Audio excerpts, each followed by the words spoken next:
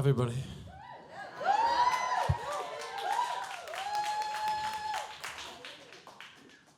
I'm trapped in this jacket. Do you need some help? Well, Do you need more help?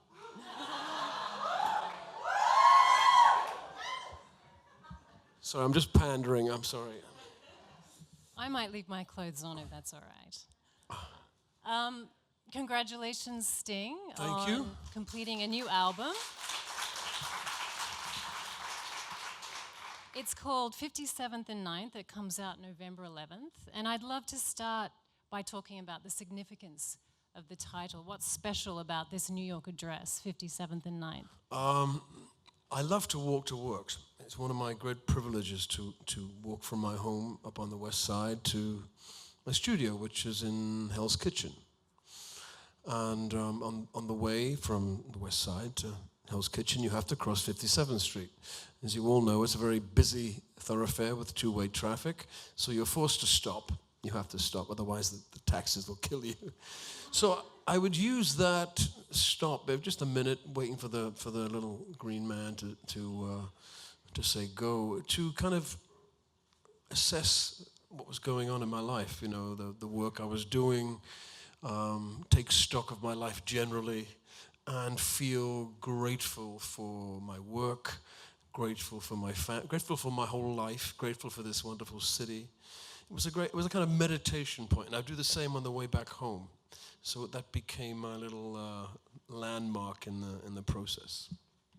You do like walking around in New York City. I've actually passed you not far from that address. I was a little upset you didn't say hi, but that's all right. I'm wondering, you were wearing a hat, but you weren't trying to disguise yourself. I'm wondering, do you feel a semblance of, anonymity when you're walking around this city? Yeah, I do. I mean, some people recognize me and they say, "Hi, Sting. I like you. I like your music, or you suck."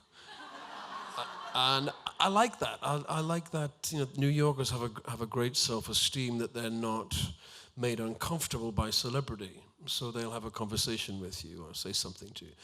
I don't have an entourage, or I don't have a set of bodyguards, and I walk at a certain tempo so that people don't really bother me. I think they're pleased to see me, and they wave, but generally I can walk from A to B without much hassle. I don't really like selfies. I'd rather have a conversation than be selfied, because you're standing there at this box and you're never sure when the event is over, because there's no click. It's there. I'd much rather say, how are you, and I'll shake hands. But I'll do selfies, unless it's like before 12 o'clock, because I don't look that good at 11:30. This is your 14th solo album. Don't be ridiculous. Staggering. Really? I have it on good authority, that's true. And as I understand, it was a very spontaneous project in that you weren't planning on making an album, and when you did decide to, you did it very quickly. Yeah. Can you talk about that a little bit for us? I went to the studio with my musicians, who I've been playing with for almost 3 decades, and I said, I have no ideas, and let's just play musical ping pong and see what happens. So they know me well enough and they trust me enough to do that. So we just threw a few ideas around, and it went in a circle, and gradually something materializes that looks like it might become a song. I then take those ideas and structure them into a song form. And I believe if you structure music correctly, it already has an abstract narrative. It's already telling you a story. So my job is to figure what that is. It's like a sculptor looking at a piece of rock, piece of stone. What is it? A leg, an arm, a nose. So my job as a songwriter is to hear what the song is telling me. Now, this song you just heard, I Can't Stop Thinking About You, sounds like a standard love song, but it's not. It's not about love at all. It's about obsession. And it's about the obsession of a writer who every morning faces a blank page, and he wonders what on earth he's going to fill it with. The analogy I use is of somebody hunting in the snow. You're never quite sure whether anything is there or not. So you're looking for a road, a pathway, a character, a muse, a romantic muse, a philosophical muse, a spiritual muse, a story, anything. But you're never guaranteed to find it. So it's about that obsession. This album also represents a return to rock for you, doesn't it? It's been about a 12, 13-year deviation from this genre. What inspired you to get back to rock? Is that where you're most comfortable? Is that where you were just feeling? You know, the most important aspect of music for me is surprise. When I listen to music, I want to be surprised. When I compose music, I want to lay a surprise in fairly quickly in the arrangement. And when I decide what music I'm going to present to the public, again, I want to surprise them. So for the past decade, I've been making what you would call esoteric records. I did an album of 16th century songs with a lute. I did a Broadway album. I did an orchestral album. God knows what else I did. All kinds of weird stuff. So I thought, what will surprise the public? And I thought, rock and roll. And everyone who's heard it went, I didn't expect that. So that makes me very happy. Did you? You didn't expect it, did you? No. That was another lute record. All these people sitting in front of you are Sting fans, by the way. And Yep, that's all of them. do you ever consider what type of project or what type of album your fans might actually want from you next? Or do you just do whatever the hell you like? I think I already know the answer to this question, actually. You know, they're a very highly intelligent group. And they're also very patient with me because I go meandering, following only my curiosity. I'm curious about music, so they will come with me, knowing at the end of the day I will give them something that they might learn something, or they'll enjoy it. That I will put everything into this curious idea of mine. So they're used to being surprised, and I appreciate that greatly. But as you know, I try the best I can every time.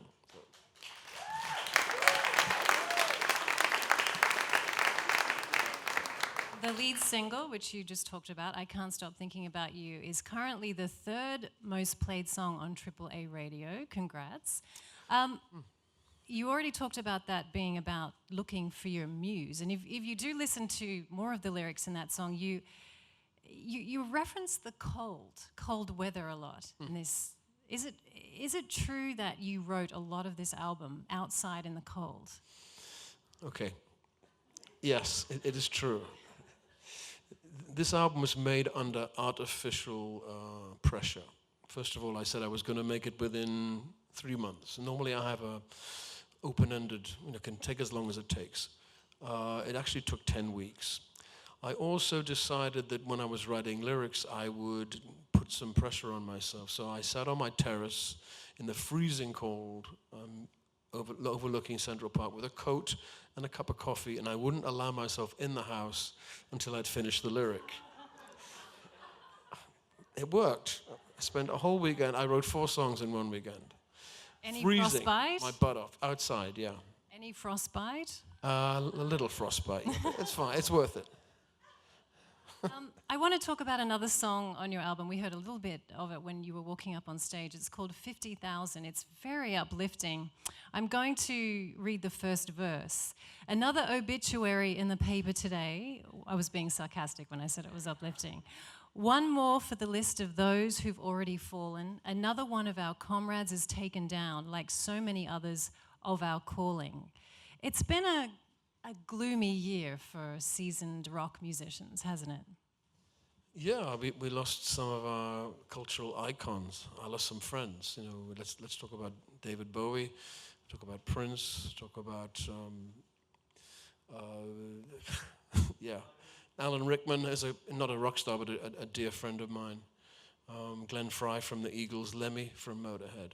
All in this very short period. And there's a child in all of us that looks at our cultural icons and thinks that they're immortal somehow. and we're always shocked and surprised when they're clearly not.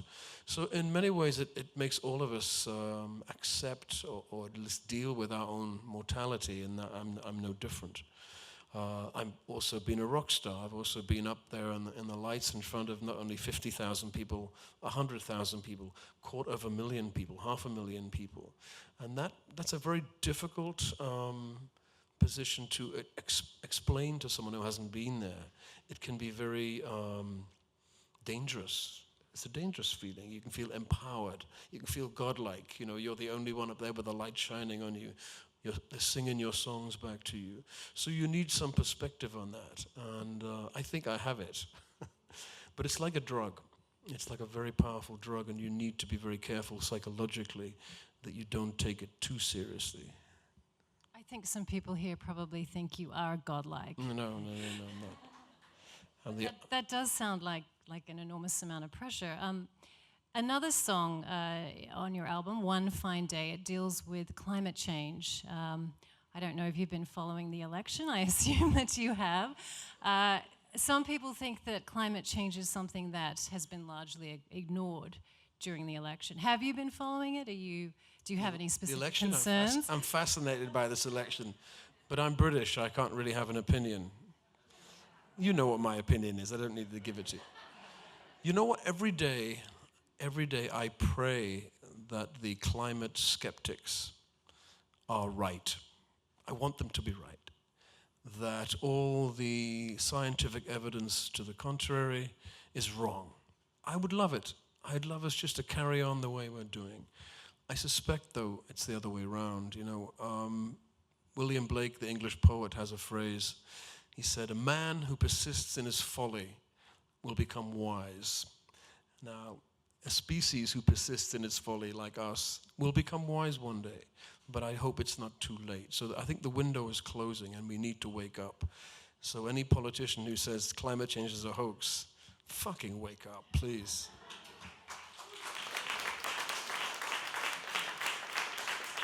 You can bleep out that. No, you can't number that. I'm sorry.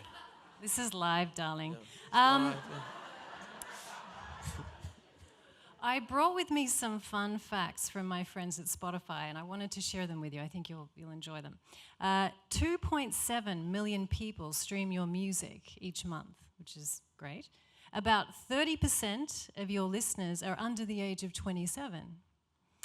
A big chunk of them are actually under the age of 17. I'm talking just about your solo work. I'm not talking about the police here. When we break it down by gender, your listeners, would you think that you would have more male listeners or more female listeners? I look up in the audience every night, and it looks to me like 50% male and 50% female. There are people even older than I am out there. There are people a lot younger.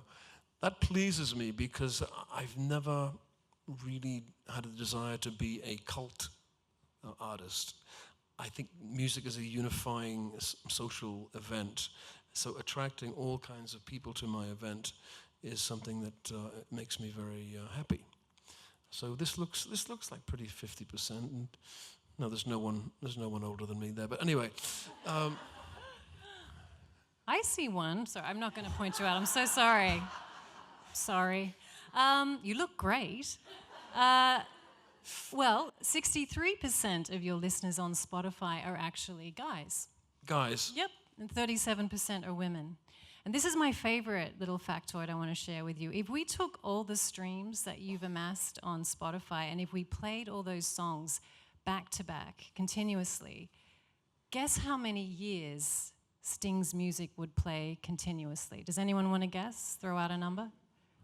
How many years? A century? 100 years?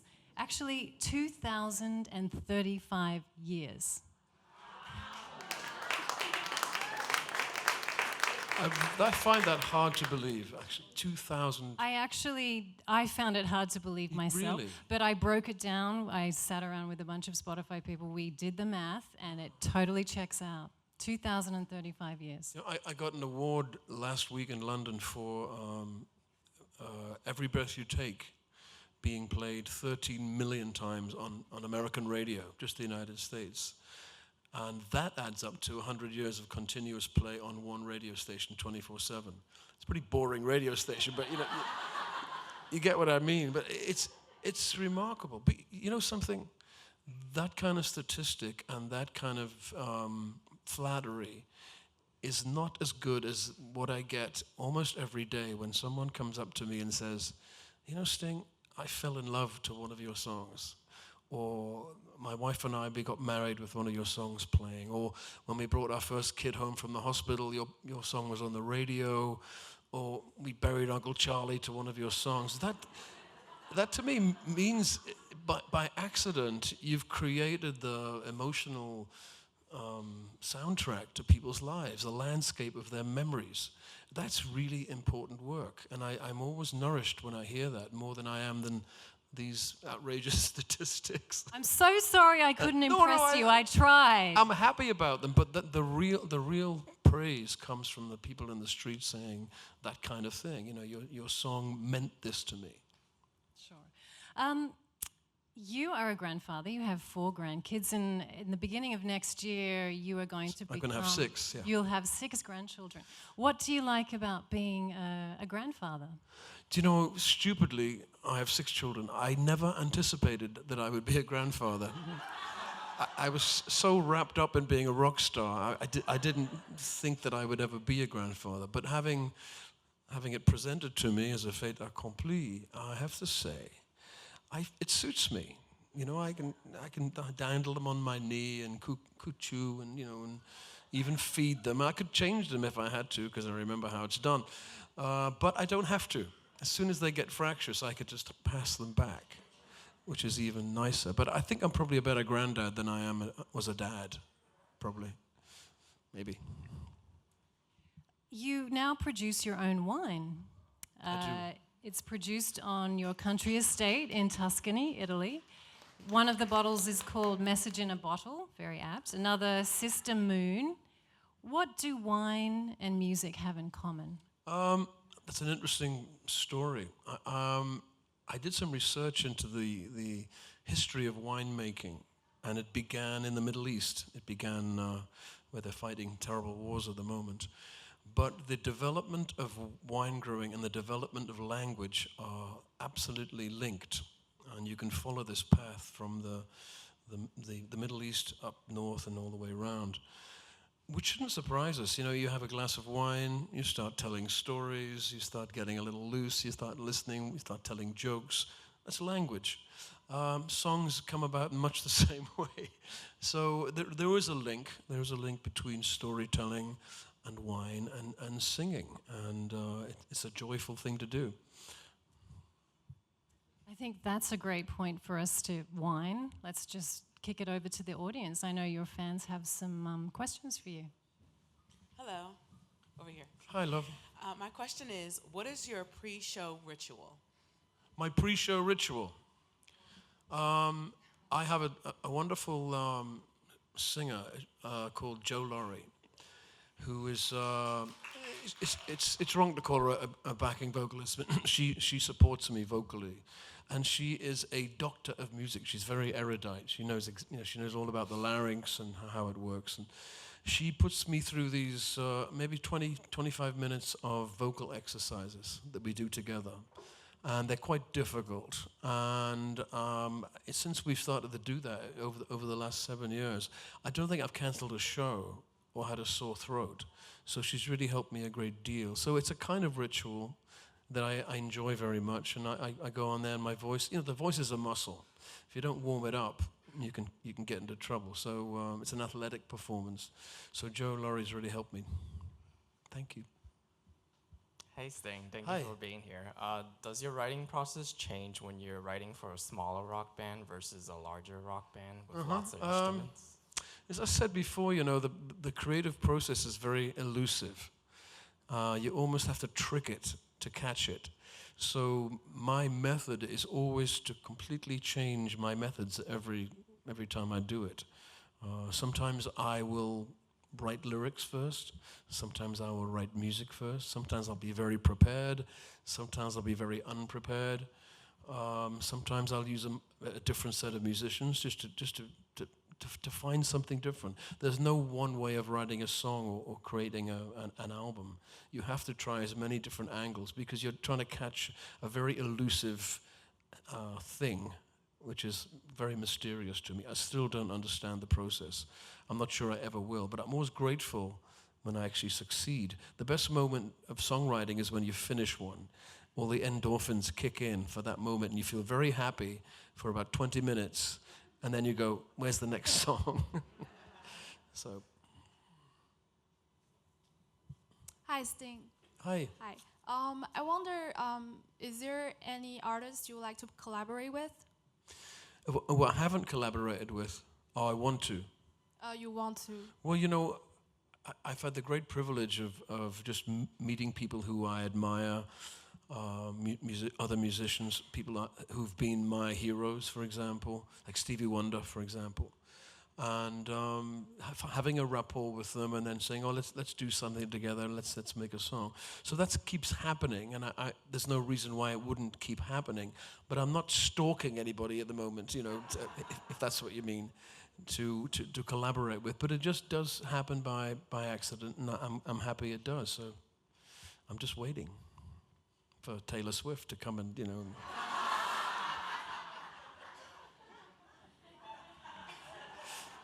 Joke. Are you sure? Thank you guys for those great questions, and thank you so much, Sting, for being with us today. And everybody's looking forward to November 11th when they can listen to this new album. Thank you. Lovely to talk to you.